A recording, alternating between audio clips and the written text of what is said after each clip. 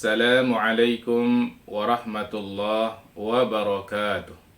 Alhamdulillah wassalatu wassalamu ala Rasulillah wa ala alihi wa sahbihi wa man wala wala haula wala quwwata illa billah.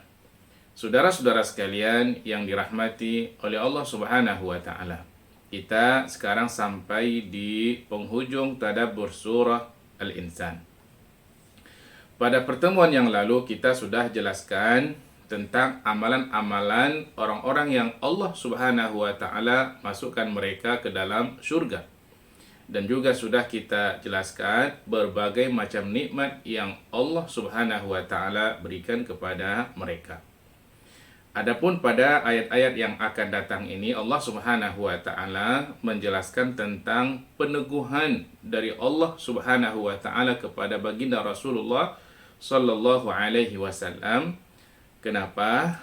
Karena Rasulullah sallallahu alaihi wasallam itu sering sedih ketika dakwah yang dilakukannya kepada orang-orang Quraisy ditolak oleh mereka. Mereka tidak mau menerima dakwah Rasulullah sallallahu alaihi wasallam, bahkan sampai kepada mendustakan baginda Rasulullah sallallahu alaihi wasallam. Nah, dalam hal ini Allah Subhanahu wa taala menurunkan ayatnya untuk memberikan semangat, memberikan peneguhan kepada baginda Rasulullah sallallahu alaihi wasallam. Allah Subhanahu wa taala berfirman, A'udzubillahi minasyaitonir rajim. Inna nahnu nazzalna 'alaikal qur'ana tanzila. Sesungguhnya kami, kata Allah Subhanahu wa taala, yang menurunkan Al-Qur'an kepadamu tanzilan, itu turunnya secara berangsur-angsur. Saudara-saudara sekalian, Allah jelaskan di sini bahwa Allah turunkan Al-Qur'an kepada baginda Rasulullah sallallahu alaihi wasallam, bahwa Al-Qur'an itu adalah wahyu dari Allah, dan di dalam Al-Qur'an itu ada janji-janji Allah Subhanahu wa taala bagi orang yang mau beriman kepada Allah, dan juga ancaman-ancaman Allah Subhanahu wa taala bagi orang-orang yang tidak mau beriman, orang-orang yang mengingkari dan kufur kepada Allah Subhanahu wa taala. Semua janji itu, semua ancaman itu adalah benar. Nah, karena itu Allah Subhanahu wa taala menyebutkan di dalam ayat berikutnya, fasbir li hukmi rabbik, maka bersabarlah engkau wahai Muhammad, bersabar terhadap ketetapan Tuhanmu, ya, bersabar terhadap keputusan Tuhanmu, dan tunggulah keputusan dari Allah Subhanahu wa taala, tunggulah ketetapan dari Allah Subhanahu wa taala, wala tuti' minhum athiman au kafura, dan jangan sampai engkau mengikuti tawaran, menerima tawaran dari mereka. Siapa mereka itu? Athiman au kafura, orang-orang yang berdosa dan juga orang-orang yang kufur kepada Allah Subhanahu wa taala. Nah, saudara-saudara sekalian, para ulama tafsir rahimahumullah mengatakan di sini bahwa ayat ini turun mengenai Utbah ibn Rabi'ah dan Walid ibn Mughirah, di mana mereka ini menawarkan kepada baginda Rasulullah sallallahu alaihi wasallam. Mereka mengatakan kepada Rasulullah, "Ya Muhammad, in kunta turidun nisaa wal mala." Wahai Muhammad, jika engkau menginginkan, ya, wanita dan harta, ya, kami akan berikan. Wa nahnu nakfika dzalik. Kami akan berikan kepadamu. Tapi dengan syarat apa? Farji' an hadzal amri. Tinggalkan agama baru yang engkau bawa ini. Itu syaratnya. Maka Allah Subhanahu wa taala mengatakan, jangan kamu terima tawaran mereka.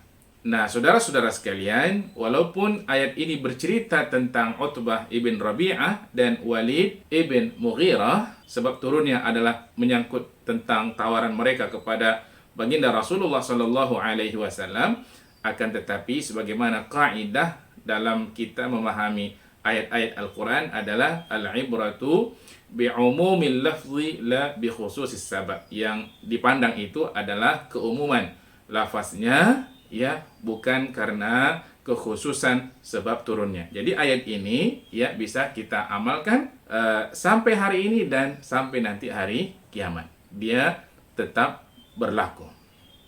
Nah, kemudian Allah Subhanahu wa taala perintahkan kepada baginda Rasulullah sallallahu alaihi wasallam untuk tetap menjaga hubungannya kepada Allah Subhanahu wa taala, melakukan ibadah kepada Allah Subhanahu wa taala.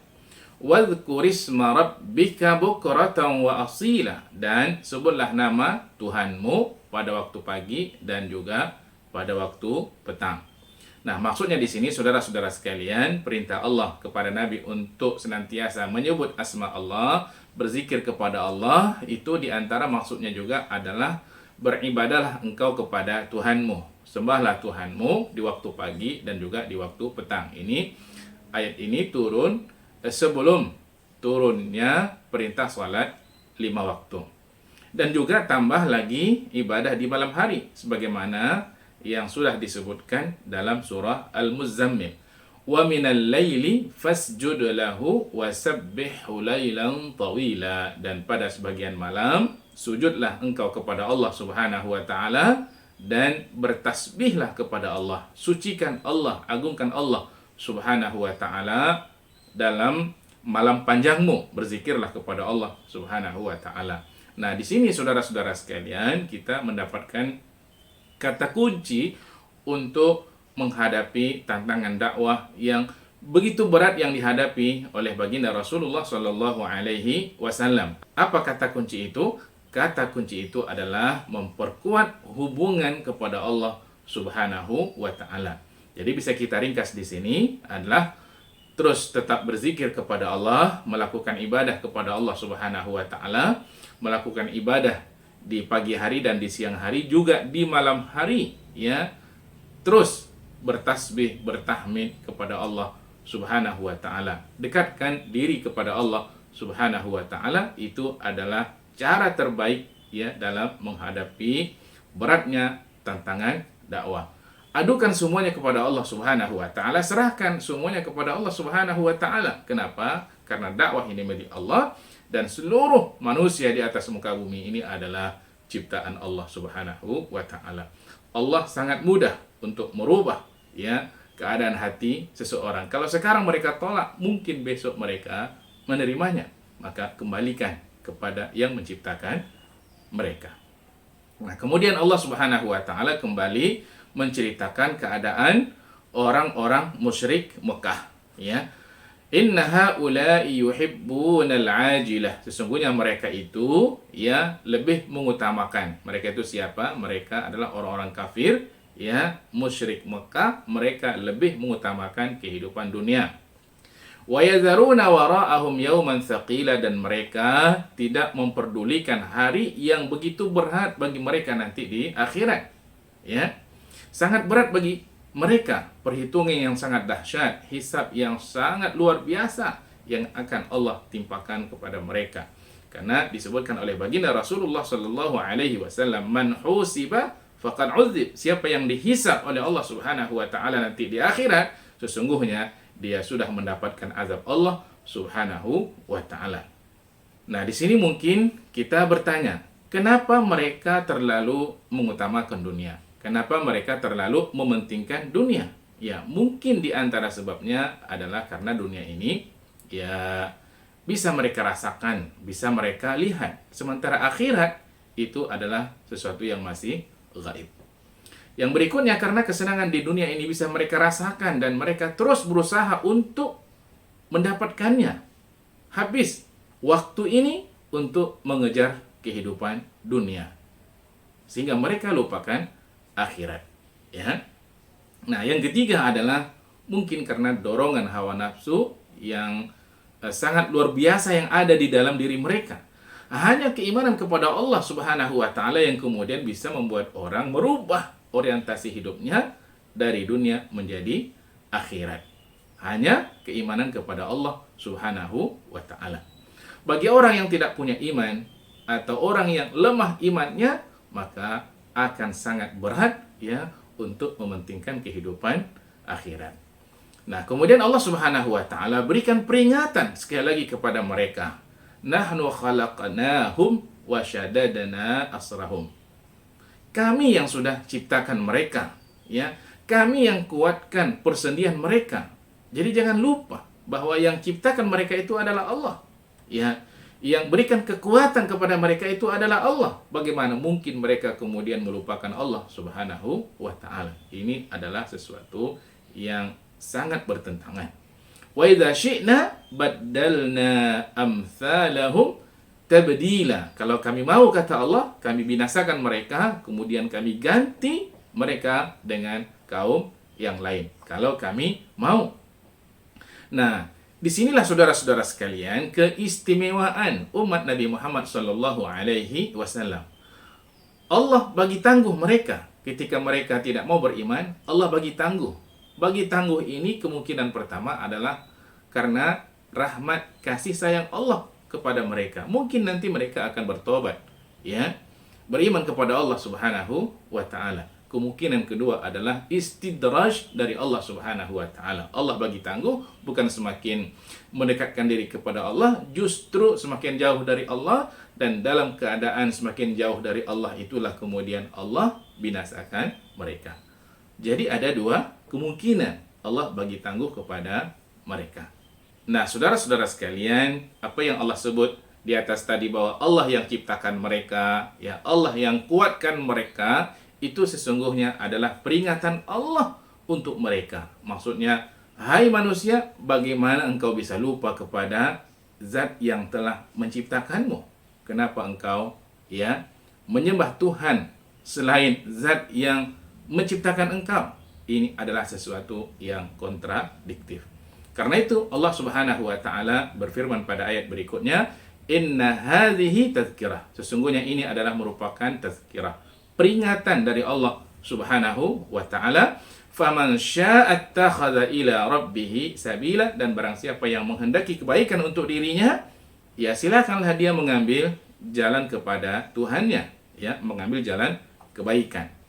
Nah, di sini saudara-saudara sekalian, Allah bagi pilihan kepada manusia. Kenapa Allah bagi pilihan? Karena sebelumnya Allah sudah menjelaskan, ya, ini jalan yang lurus, ini jalan yang sesat, ini yang baik, ini yang buruk, ini yang menghantarkan ke surga, ini yang menghantarkan kamu ke neraka. Faman syaa, silakan sekarang barang siapa yang ingin memilih jalan untuk menuju Tuhannya, jalan yang baik, silakan. Ya, dia yang akan memilih, ya. Tapi barang siapa yang memilih jalan kesesatan, nanti jangan salahkan siapa-siapa, ya. Dia harus mempertanggungjawabkannya di hadapan Allah Subhanahu wa taala. Faman syaa'a attakhadha ila rabbih sabila. Barang siapa yang mau mencari jalan untuk menuju Tuhannya, silakan. Ya, Allah Subhanahu wa taala bagi pilihan kepada manusia. Akan tetapi, ya, pada ayat berikutnya Allah mengingatkan, "Wa ma tasyauna illa an yasha Allah." Dan kamu tidak mampu untuk memilih jalan kebaikan itu kecuali jika dikehendaki oleh Allah Subhanahu wa taala. Jika diizinkan oleh Allah Subhanahu wa taala, dalam bahasa yang lainnya, jika diberikan taufik oleh Allah Subhanahu wa taala. Nah, saudara-saudara sekalian, Al-Imam Ibnu Katsir rahimahullah di dalam kitab tafsirnya mengatakan tentang ayat ini, la yaqdiru ahadun an yahdiya nafsahu. Tidak ada seorang pun yang mampu untuk menjamin dirinya dapat hidayah Allah Subhanahu wa taala. Dia harus berikhtiar, dia harus berusaha, hidayah itu harus dicari. Wala yadkhulu fil iman, dan juga dia tidak bisa masuk, ya, ke dalam keimanan, tidak bisa jadi orang beriman. Wala yajurru li nafsihi naf'an, juga tidak mungkin dia mendapatkan manfaat untuk dirinya illa bimasyiatillahi subhanahu wa ta'ala, kecuali jika diberikan izin oleh Allah, jika dikehendaki oleh Allah, jika diberikan taufik oleh Allah Subhanahu wa ta'ala. Jadi saudara-saudara sekalian, kita ingin kebaikan, iya, itu keinginan kita. Tapi ketika kita mendapatkan kebaikan, itu sesungguhnya adalah atas izin Allah Subhanahu wa ta'ala. Jadi saudara-saudara sekalian, dengan perkataan yang lain, barangkali kita bisa mengatakan, ketika kita sudah menjadi orang yang beriman kepada Allah Subhanahu wa ta'ala, jangan sampai membuat kita lupa diri. jangan sampai membuat kita sombong. Kenapa? Karena kita beriman ini sesungguhnya hakikatnya adalah atas izin Allah Subhanahu wa Ta'ala.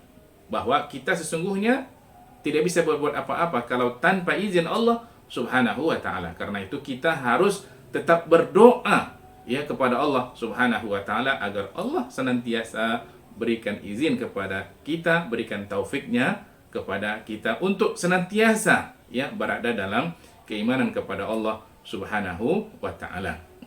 Innallaha kana aliman hakima. Sesungguhnya Allah Subhanahu wa Ta'ala itu maha mengetahui dan maha bijaksana. Yudkhilu man yasha'u fi rahmatih. Allah masukkan siapa saja ya yang dia kehendaki ke dalam rahmatnya, ke dalam surganya. Wadzalimina a'adda lahum 'adzaban alima. Dan untuk orang-orang yang zalim Allah sudah sediakan azab yang pedih di akhirat. Baik saudara-saudara sekalian, kita sudah sampai di penghujung tadabbur surah Al-Insan. Sebagaimana biasa, kita selalu mengambil pelajaran dari ayat-ayat yang sudah kita jelaskan sebelumnya. Nah, sekarang apa kira-kira pelajaran yang bisa kita ambil? Ya, wallahu taala a'lam. Mungkin di antara pelajaran yang bisa kita ambil adalah bahwa sekali lagi kita katakan di sini kesabaran, ya. Kesabaran itu adalah menjadi modal bagi kita untuk bisa bertahan, ya. Bisa bertahan dan berhasil dalam menghadapi cobaan dalam kehidupan ini. Bahkan juga saudara-saudara sekalian bahwa kesabaran itu menjadi modal bagi kita untuk meraih kemenangan, baik kemenangan di dunia ini maupun nanti kemenangan di akhirat. Nah, itu kesabaran. Yang kedua adalah bahwa hidayah itu perlu kita ikhtiarkan, perlu kita cari, perlu kita usahakan. Ketika kita sudah ditunjuki oleh Allah Subhanahu wa Ta'ala ke jalan kebaikan, ya, maka teruslah berdoa, bermohon kepada Allah agar Allah berikan taufiknya kepada kita, agar kita bisa bertahan di jalan kebaikan. Dan yang ketiga adalah jangan jadikan dunia ini tujuan hidup kita, ya. Akan tetapi jadikanlah dunia ini ya sebagai ladang, sebagai sawah untuk kita menanam kebaikan sebanyak-banyaknya dan insya Allah ya hasilnya akan kita panen nanti saat kita berada di akhirat. Jumpa lagi insya Allah pada tadabbur surah berikutnya. Assalamualaikum warahmatullahi wabarakatuh.